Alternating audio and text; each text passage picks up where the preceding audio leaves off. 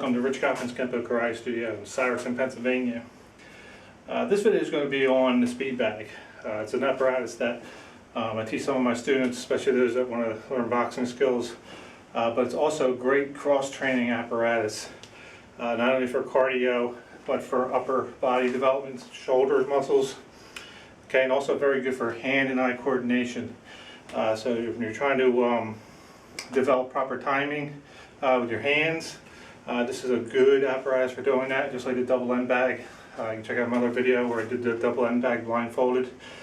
Alright, so not only is it a good hand-eye coordination drill, but it's a hearing and field drill also. You can actually get good enough at these apparatuses where you can actually blindfold yourself and just listen to the tapping, the sounds of the bag, and just from constant repetition over thousands of rounds, be able to basically know where the bag is without actually seeing it.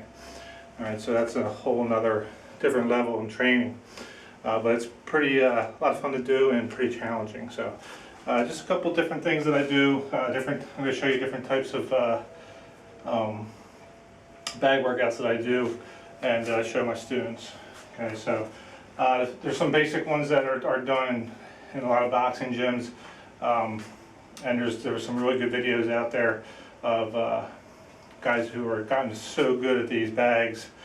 They put them vertically on the walls, not only horizontally like you see this bag, but they'll actually mount it vertically and be able to work the speed bag. I've seen some crazy stuff, and these guys get really good.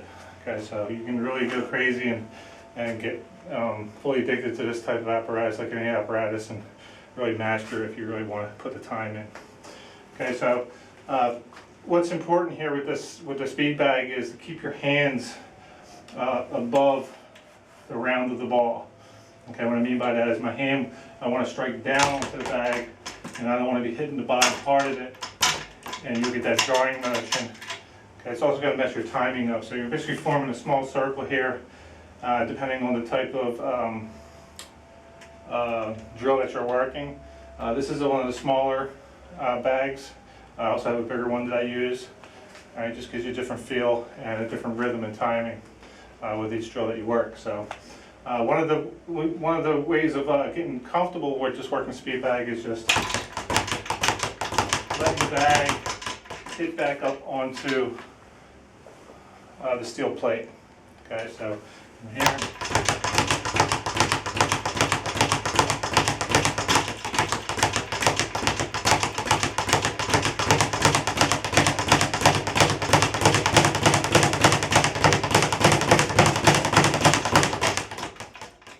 So, as you can see, I'm just allowing it to tap back, and I'm working my timing off that. If you wanted to, a harder drill to work is not allowed to come back and hit. Alright, so you would actually only allow the bag to hit on the back side of the plate. And it kind of looks like this.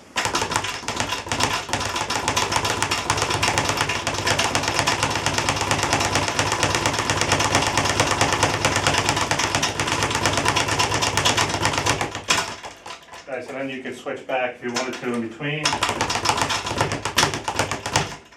can get back into going from your full strike to your single strike and kind of try to mix those two together.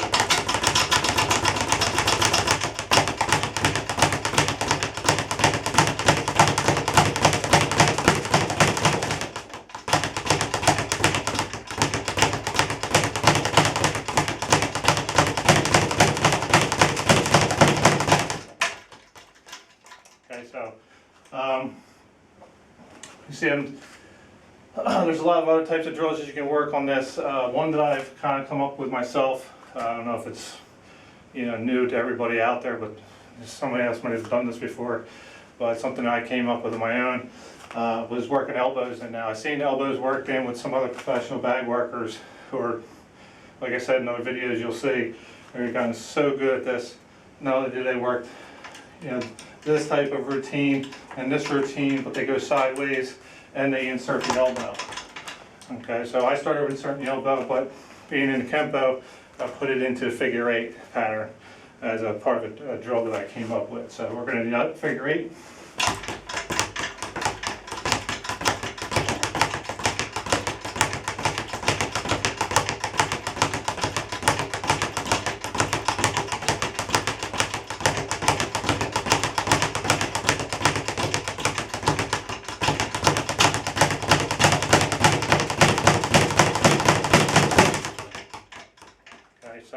You add your elbows in, you can work back to your punches.